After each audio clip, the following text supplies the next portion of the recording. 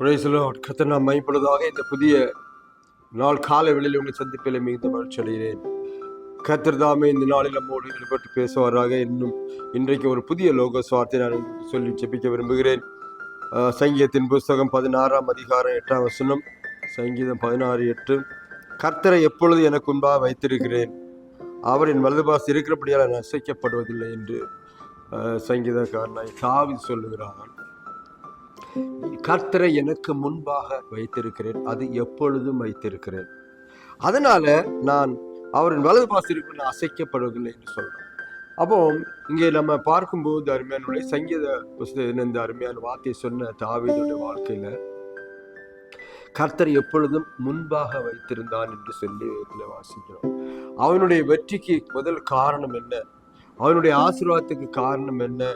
அவன் 40 வருஷம் இஸ்ரவேலை ஆண்ட பொழுது அவனுக்கு வந்த பிரச்சனைகள் எல்லாத்திலையும் இது ராஜாவை ஆகிறதுக்கு முன்னால் அவனுக்கு இருந்த காரியம் என்ன? கர்த்தர் எப்படி அவனுக்கு ஆசீர்வாதத்தை கட்டளையிட்டார், எப்படி வெற்றியை கட்டளையிட்டார், எப்படி அவனுடைய வாழ்க்கை அதிசயம் செய்ய என்பதற்கு ஒரே ஒரு பாயிண்ட் என்ன அங்க சொல்றான்னா, கர்த்தரை எப்பொழுதும் எனக்கு முன்பாக வைத்திருக்கிறார். ஆண்டவரை முன்னால வைத்து வேலை செய்கிற, ஆண்டவரை முன்னால வைத்து நாம் நடக்கிற எல்லாருமே அப்படித்தான் ஆசீர்வாதமாய் இருப்பார்கள், அசைக்கப்பட மாட்டார்கள். மழை அடிக்கட்டும், புயல் அடிக்கட்டும், காற்றடிக்கட்டும், அசைக்கப்படவில்லை. ஏன்னா அவர்களுடைய ஞான கண்மலை கிறிஸ்து என்று சொல்லப்பட்டிருக்கு.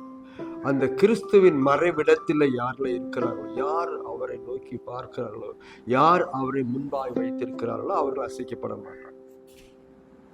முதலாவது ராஜ்யத்தை நீதியை தேடுங்கள் என்று சொல்லப்பட்டிருக்கிறது.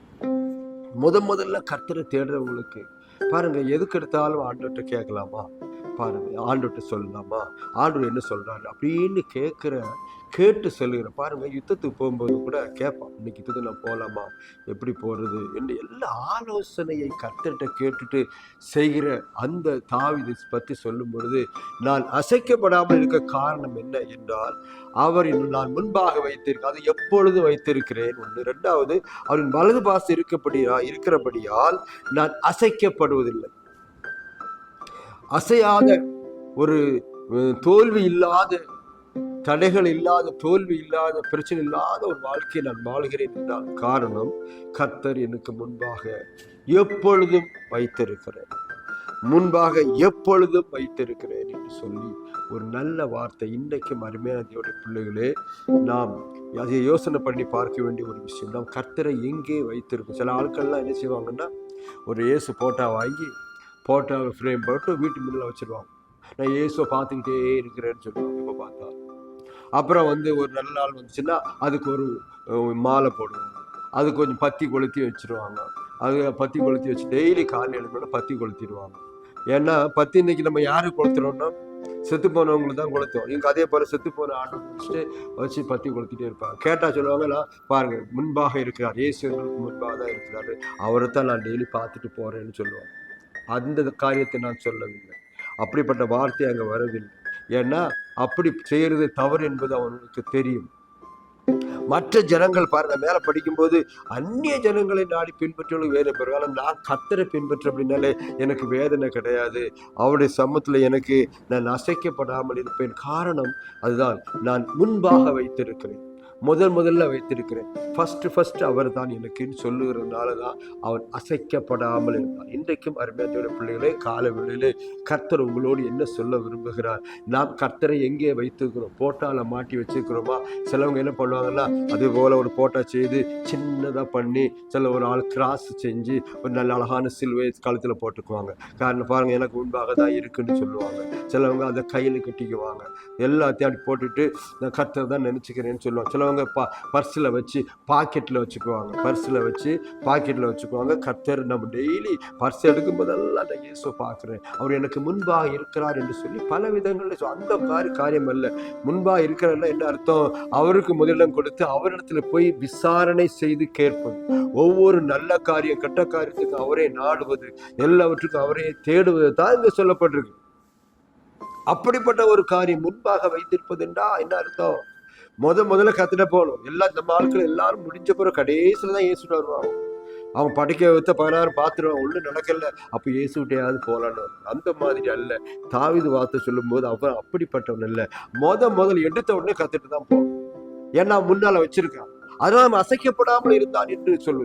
40 வருஷ காலம் அவனுடைய ஆட்சி நாட்கள்ல 40 வருஷம் நன்மை செம்மையுமாய் ஆட்சி ஆண்டதுக்கு முக்கிய காரணம் கர்த்தரை முன்பாய் வைத்ததுனால, கர்த்தருக்கு பிரியமானபடி ஆட்சி பண்ணதுனால, கர்த்தருக்கு பிரியமான வார்த்தைப்படி நடந்ததுனால. இன்றைக்கும் உங்க வாழ்க்கையில ஆசீர்வாதத்து மேல ஆசீர்வாதம் வரணுமா? நீங்க கர்த்தரை எங்கே வைத்திருக்கிறீர்கள்? பாக்கெட்ல வச்சிருக்கிறீங்களா? வீட்டுல போட்டால மாட்டிருக்கீங்களா? இல்ல கழுத்துல தொங்க போட்டிருக்கீங்களா?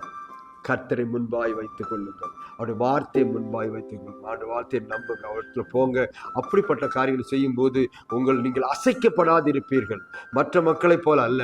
மற்ற மக்கள் அசைஞ்சு போவாங்க, தேவ நாடி பின்பற்றி போல அசைஞ்சிருவாங்க, விழுந்துருவாங்க, அவங்களுக்கு வேதனைகள் பெருகும். ஆனால் நானும் அசைக்கப்பட மாட்டேன்னு சொல்ல தைரியமா சொல்ல காரணம் என்ன? இந்த 16 சங்கீதா சொல்லப்பட்டிருக்கிறது. ஆண்டவர் எல்லாத்தையும் பார்த்துக் கொள்வார், அவரின் வலது பார்த்து இருக்கிறார், எப்பொழுதும் எனக்கு ரைட் ஹேண்ட் அப்படின்னு சொல்லுவார். ரைட் ஹேண்ட் வலதுகாரம் ரொம்ப அசை உள்ளது, பலம் உள்ளது. அதே போல வலதுல இருக்கிறனால நான் அசைக்கப்பட மாட்டேன். இந்த காலவெளியிலும் நீங்கள் அசைக்கப்படாமல் ஆசீர்வாதமா இருக்கணுமா? அவரை நோக்கி பாருங்க, அவரை முன்னால வைங்க, அவருக்கு முக்கியத்துவம் கொடுங்க, அவர் எல்லாவற்றையும் பார்த்து கொள்ளுவார். தாவீதை போல நீங்கள் முன்பா வைத்திருக்கேன் என்று சொல்லி அசைக்கப்பட எப்பொழுதும் என்று சொல்லுங்க. கர்த்தர் உங்களையும் குடும்பத்தையும் ஆசீர்வார். காலவெளியில நீங்கள் ஒன்றுமல்ல, இயேசு மட்டும் நோக்கி பாருங்க, உங்க குடும்பத்தை ஆசீர்வதிக்கவே ஆசீர்வதிப்பாராக. நான் உங்களுக்கு செபிக்கிறேன். பரலோகத்தின் பிதாவின் எல்லாம் ஆண்டவரே, காலவெளியில் நம்முடைய கரங்களை ஒப்பு கொடுத்து செபிக்கிறோம். என்றைக்கு அசைக்கப்படாதவர்கள் தாவீது எப்படி ஆண்டவரே உம்மை முன்னாடி வைத்து நான் ஒரு நாள் அசைக்கப்படும் சொன்னது போல, ஆண்டவரே இன்றைக்கு நாங்களும் உம்மை முன்னால் வைக்க, முதலிடம் கொடுக்க, உண்மையை நோக்கி பார்க்க எங்களுக்கு உதவி செய்யும்படி காலைகளிலே பார்க்கிற இந்த வசனத்தை கேட்கிற ஒவ்வொருவரையும் ஆசீர்வதிப்பா. இன்னைக்கு எல்லா போயிட்டு கடைசியில் உம்மிடத்துல வர்றாங்க, முதலையே உம்மிடத்துல வர்ற உண்மை முன்னாடி வைத்து நோக்க, உங்களுடைய வசனங்களை இதயத்தில் வைக்க உதவி செய்யும்படி பாதுகாப்பு கட்டளையிடும். அல்லரே உமக்கு நன்றி. வசனத்தின்படி நடக்க, அல்லரே உண்மை நீ சொன்ன வார்த்தையின்படியே கீழ்ப்படிந்து நடந்து உண்மை முன்னால் வைக்க உதவி செய்யும். ஆசிரியட்டும். இந்த வார்த்தை எப்பொழுதும் முன்பாக வைத்திருக்கு. தாவீதை போல நாமளும் மாறுவோமானால் நாம் அசைக்கப்பட மாட்டோம். கர்த்தர் தான் உங்களுடைய பாடம் திறந்து இன்னும் ஒரு லோக சுவார்த்தை சந்திக்க வரல. கர்த்தர் உங்களை எல்லாரையும் ஆசீர்வதிப்பாராக.